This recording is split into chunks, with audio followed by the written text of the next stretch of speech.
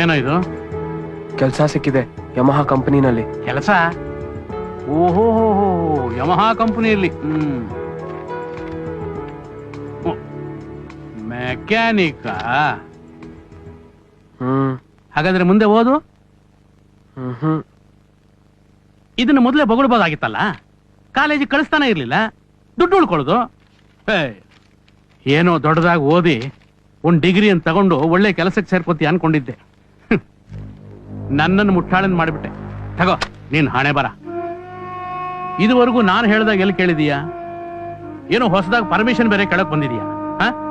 ಹೋಗೋಗು. ಯಾಕೋ ಇಲ್ಲೇ ನಿಂತ್ಕೊಂಡ್ಬಿಟ್ಟೆ? ಒಳ್ಳೆ ಗರಡು ಗಂಬತ್ತಾರ. ಹೇಳಿದ್ ಕೇಳಿಸ್ಲಿಲ್ವಾ? ಹೋಗು ಒಂದೇ. ನೀವ್ ಸ್ವಲ್ಪ ನಗ್ನಗ್ತಾ ಮಾತಾಡ್ಬೋದಿತ್ತಲ್ಲ.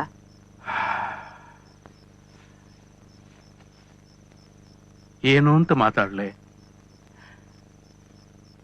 ಇಷ್ಟು ದಿವಸ ಅವನನ್ನ ಬಾಯಿಗೆ ಬಂದಾಗ ಬೈತಿದ್ದೆ, ಹೊಡಿತಿದ್ದೆ, ಬಡಿತಿದ್ದೆ. ಈಗ ಅವನ ಕೆಲಸ ಸಿಕ್ಕಿದ ತಕ್ಷಣ ನಗನಗ್ತಾ ಮಾತಾಡಿದ್ರೆ ನಮ್ಮಪ್ಪ ದುಡ್ನಾಸೆಗೋಸ್ಕರ ನಗನಗ್ತಾ ಮಾತಾಡ್ತಿದ್ದಾರೆ ಅಂತ ಅನ್ಕೊಳಲ್ವಾ?